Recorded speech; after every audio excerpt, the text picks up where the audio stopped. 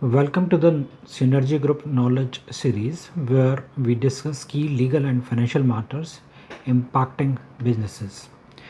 In today's video, we will discuss the implications of the amendment to Section 53 proposed under the Insolvency and Bankruptcy Code Amendment Act 2025.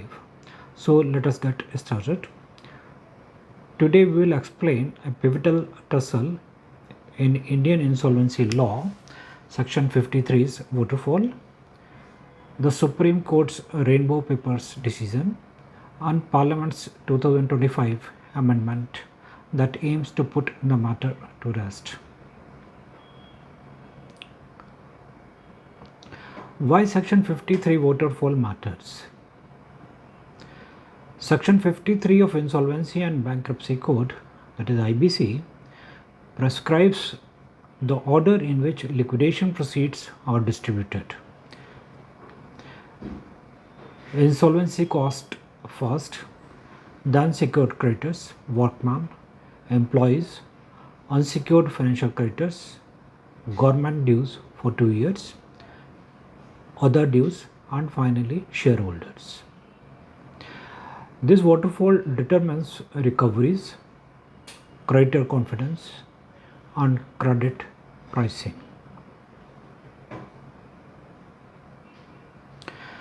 The Rainbow Paper decision in State Tax Officers versus Rainbow Papers Limited, decided on 6th of September 2022, the Supreme Court held that certain statutory dues, particularly taxes and levies, that the statute itself treated as creating a charge or charge-like right, could be treated as secured debt for the purpose of the IBC waterfall. In effect, that decision elevated some government dues to the rank of secured creditors. That interpretation produced immediate uncertainty. If government statutory dues could function like consensual security, government dues could jump ahead of unsecured financiers and potentially dilute recoveries for banks and bondholders.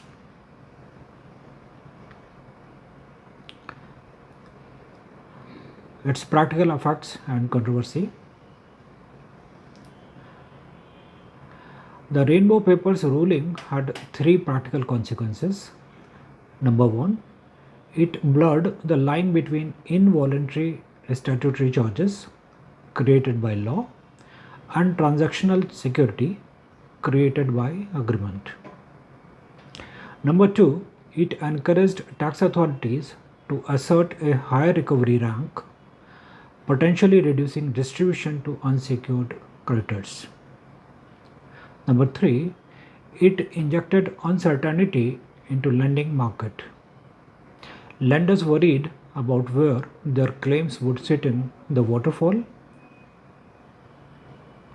Its fallout was predictability undermined, higher borrowing cost, and reduced credit availability. Hence, there was response of Parliament. What it was? IBC Amendment Act 2025.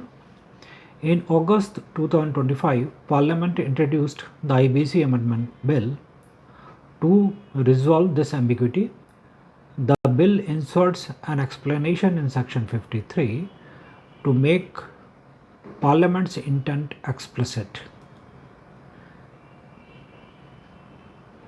It says, dues of the central and state governments, whether or not any security interest exists by operation of law, shall not be elevated to the status of secured creditors for waterfall priority. Instead, government dues relating to the 2 years preceding the liquidation commencement date will be paid under clause E1 of section 53. Any remaining government dues older than 2 years will be treated under clause F, the lower priority bucket. Exact legal fix and why it matters. The bill does two things practically: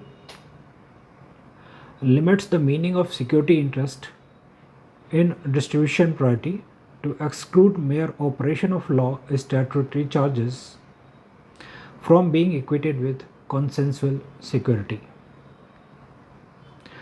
preserves the time-bound approach in IBC by specifically segregating government dues of the 2-year window higher within the statutory hierarchy and pushing older dues to the residual bucket.